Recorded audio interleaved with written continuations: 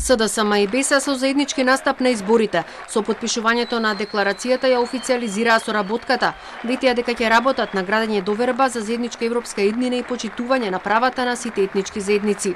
Лидерот на СДСМ Зоран Заев е убеден дека ова ќе биде победничка коалиција, а на другите партии од албанскиот политички блок им упати порака дека оние кои ќе сакаат да се приклучат кон нив ќе треба да ги прифатат нивните принципи и вредности. Како победничка коалиција нема да дозволиме да бидеме уценувани и нема да прифаќаме непринципиелни преговарања и договарања.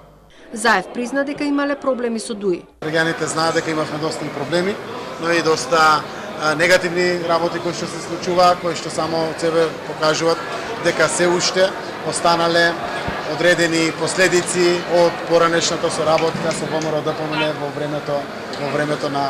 времето на режимот.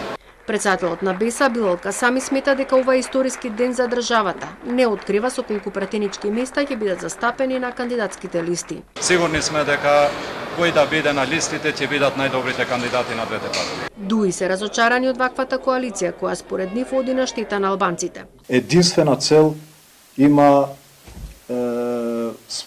ако можам да кажам, спасување на БЕСА од исчезнување од политичка сцена, при што се кршат сите можни принципи и интереси на граѓаните кои што треба да ги представуваат.